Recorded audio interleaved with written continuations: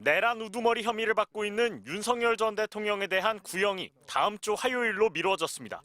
서울중앙지법 형사 25부는 어제 마무리될 예정이었던 윤 전 대통령 등 피고인 8명의 내란 사건 재판 결심을 오는 13일 이어서 진행하기로 했습니다. 내란 사건 결심 공판은 앞서 어제 오전 9시 20분 서울중앙지법 형사대법정에서 시작됐습니다. 재판에선 특검 측의 구형에 앞서 피고인 측의 증거조사가 진행됐습니다.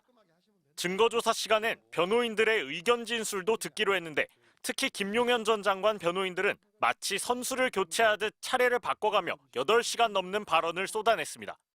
준비한 분량이 한 400쪽 될 것 같은데요. 300에서 400쪽. 그러면 다음에는 어느 변호사님이?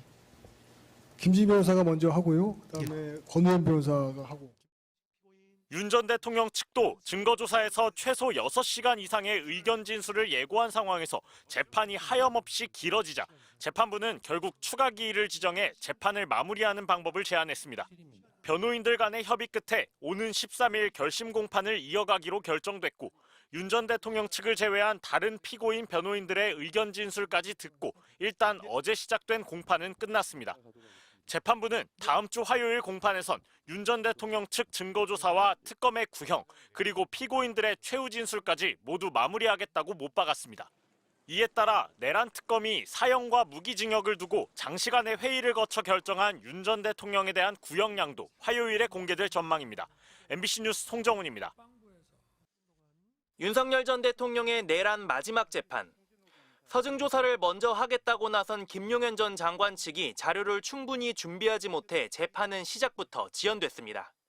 준비를 해오셨어야죠. 그거 해왔어요. 성검사님 보면서 합시다.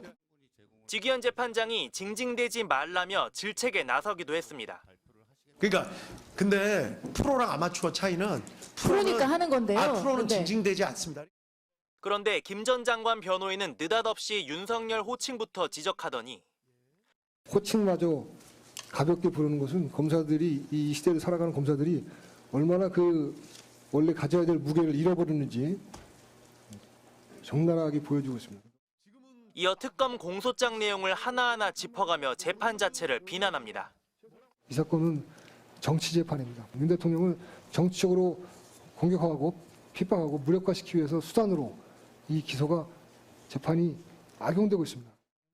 비상계엄을 옹호하는 기존 주장을 반복하며 첫 순서를 맡은 변호사 혼자서만 2시간 동안 발언을 이어갔습니다. 비상계엄이 선포되면 거기에 맞춰서 맡은 바 임무를 수행하는 것. 그 해제가 돼서 해제 의결이 나서 대통령이 해제하면 해제된 대로 임무 복귀하고 당연한 과정이거든요. 아무런 문제가 없는데 이거를 왜 범죄로 만들어서 결심 공판에서 김용현 전 국방장관 변호인들이 이른바 선수를 교체해가며 발언한 시간만 7시간. 지난 공판에서 지기현 재판장이 의견 진술을 할 기회를 충분히 주겠다고 해 마치 국회 필리버스터를 방불케 하는 재판이 이어졌습니다.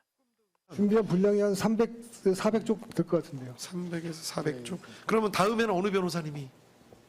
김진희 변호사가 먼저 하고요. 그다음에 권우현 변호사가 하고. 김진희 변호사님, 권우현 변호사님. 또 제가- 그 정도 진행하면 되나요? 저도 또 한 꼭지 있습니다.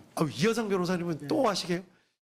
이른바 침대 축구 재판을 지켜보던 윤 전 대통령 측 변호인단은 피고인 방어권을 충실히 보장하기 위한 과정이라며 거들고 나섰습니다.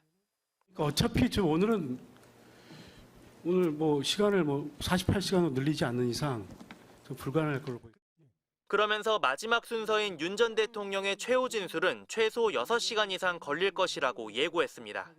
MBC 뉴스 공태현입니다. 처음으로 발언권을 얻은 김용현 전 장관 측은 비상계엄 당일 군경의 움직임은 개별적 계엄 사무를 수행한 것에 불과하다. 특검 측이 비상계엄 선포라는 대통령의 정당한 권한 행사를 내란으로 둔갑시켰다는 등의 기존 주장을 되풀이하며 오후 5시 반까지 7시간 넘게 발언을 이어갔습니다. 결국 재판부의 중재로 김 전 장관 측 증거조사는 다른 피고인들 다음으로 미뤄졌고요.